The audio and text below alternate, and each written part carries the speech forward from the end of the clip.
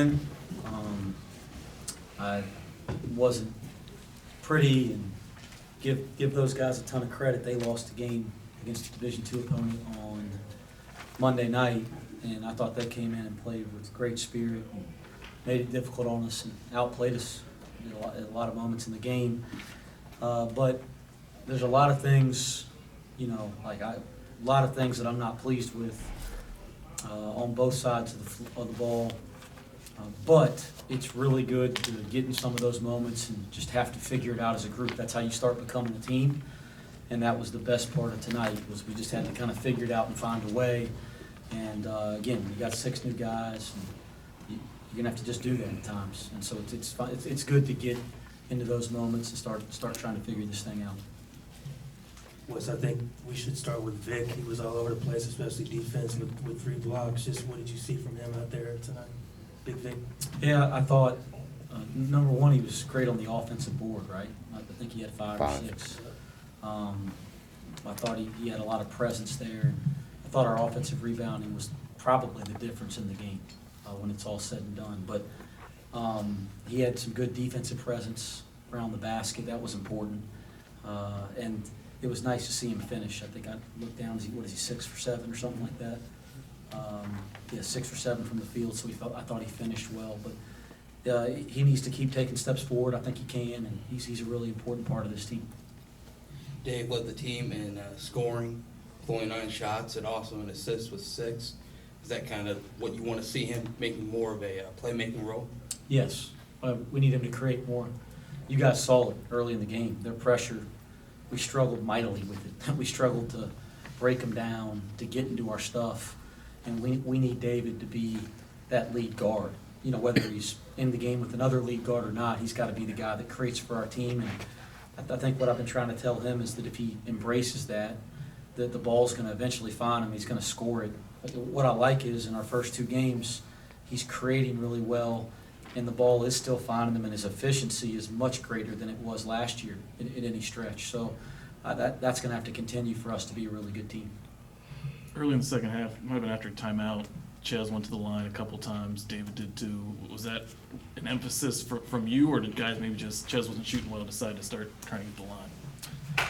It's been an emphasis all off-season just to be a team that gets fouled more and puts more pressure. We were such a jump shooting team last year. We're certainly going to shoot a lot of threes and stretch the floor, but we got to put pressure on the rim, whether it's the post, whether it's driving the ball. And it was good to see those guys get fouled. But we got to be better playing through the post. They're doubling us, and it bothered us. We had a hard time getting it in there. But we got to be better with that moving forward. They had a lot of success the first 30 minutes or so in the paint. Was there anything different that you did to slow that down the last 10 minutes? Or was it just the guys playing better?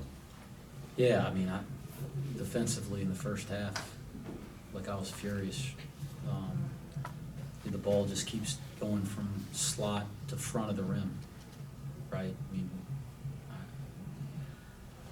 Whether it's the guy guarding the ball, not defeating dribble handoff or a ball screen, whether it's the guy guarding the screener, not communicating or, being in position to make it go through his chest, or whether it's the guy off the ball, they were cutting, like what we call the 45. They were cutting the slot, the opposite slot from the ball, and that guy's got to kind of stop in the lane and plug it if it gets that low. We had the opportunity to take charges.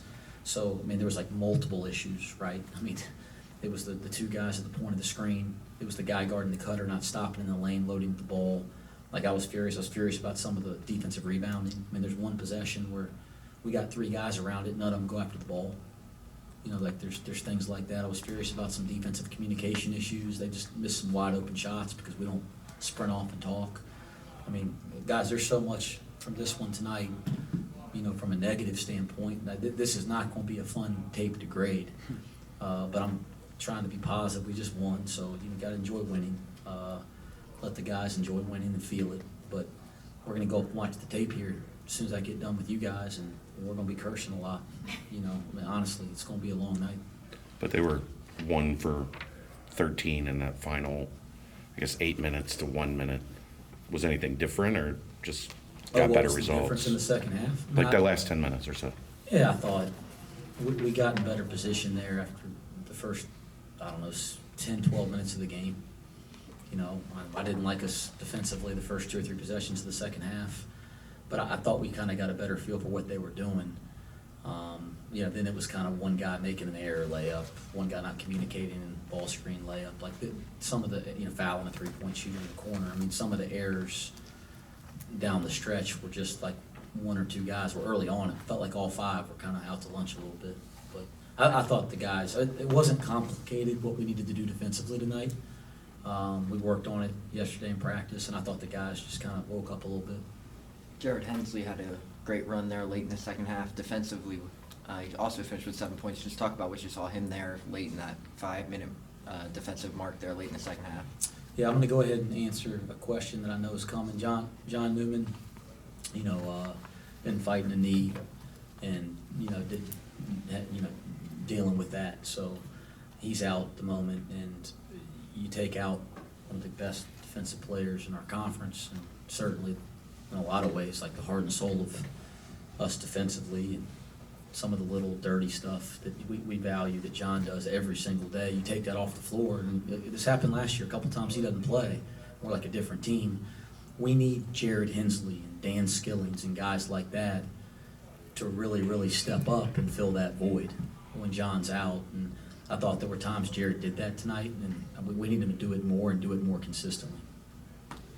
You look at the advantage in fast break points, 13-0. David mentioned he wants to always be the more conditioned team. Do you think that's where you're going to be strongest, is being able to get out and run teams out of the gym? Man, I want to be, Keith. I really do. And I thought, you know, there in the second half, we finally got some things in transition.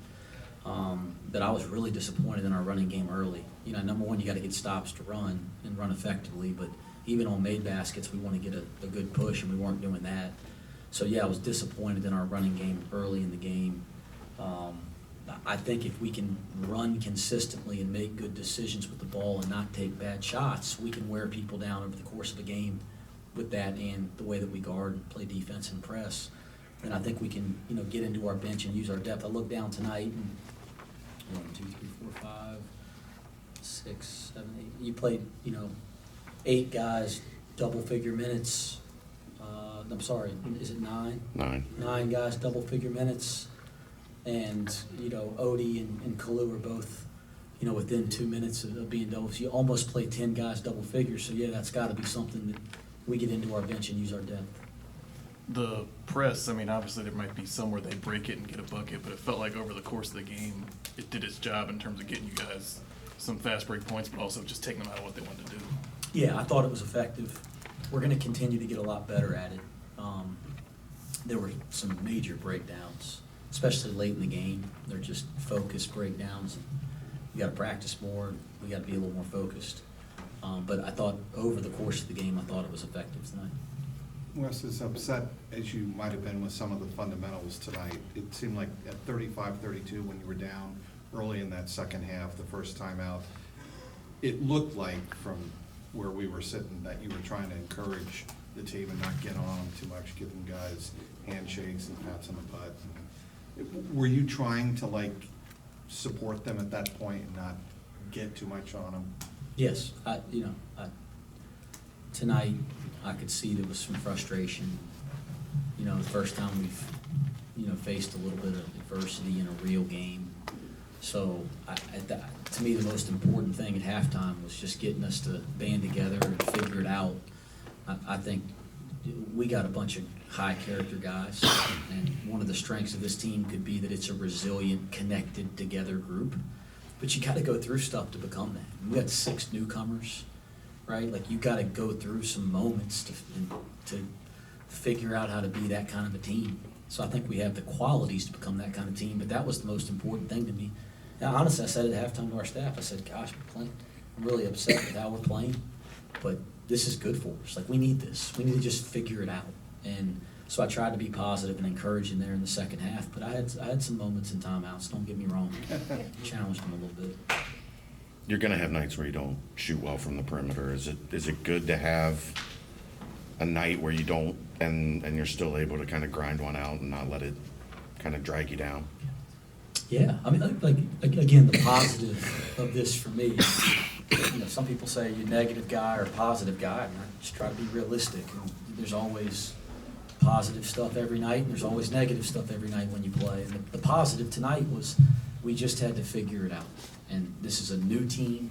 It's a team that's trying to find its identity as a group, as a unit, and we just had to figure some things out, and that was the best part, and I thought eventually they did. And that's something that we got to continue to build on. The most resilient teams are the teams that have the most success by the end of the year. So that was the positive. The negative is we got a lot of stuff we got to work on. And, I thought maybe it's going to be more.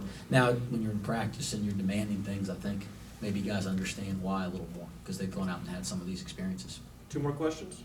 You have any timeline on John? I don't. I'd love him to be back tomorrow. Guys like John Newman make you look like you're a better coach. At least he certainly makes us a better team. So we miss him dearly, but whatever the circumstances are with him, and we know something, we'll tell you guys, but whatever the circumstances are, if he's out, other guys have to step up, and it's a great opportunity for them to do so. Anything else? Russ? Vic tonight, 1 foul taken. It seemed like his positioning was just really sound around the basket. How huge was that, and what did you think seeing it from the sideline? I think it's one of the areas, he's improved in a lot of areas, but it's amazing. Last year you're like pulling your hair out in practice, trying to convince him of why getting to the right position is so important. And this year he's like the example of where you're supposed to be. I thought in the ball screen late he was a little too low. Like I want him to get up higher and use his athleticism because he can really move for 6'11". But his positioning defensively has taken a huge leap, and he's got great basketball instincts. And when you're in the right position on defense, you give yourself a chance to go make plays and let your instincts and talent take over. And so now he's in the right place, and now you're starting to see some of his ability take over more so than a year ago. All right, thanks, Coach. Thanks, guys. Let's go.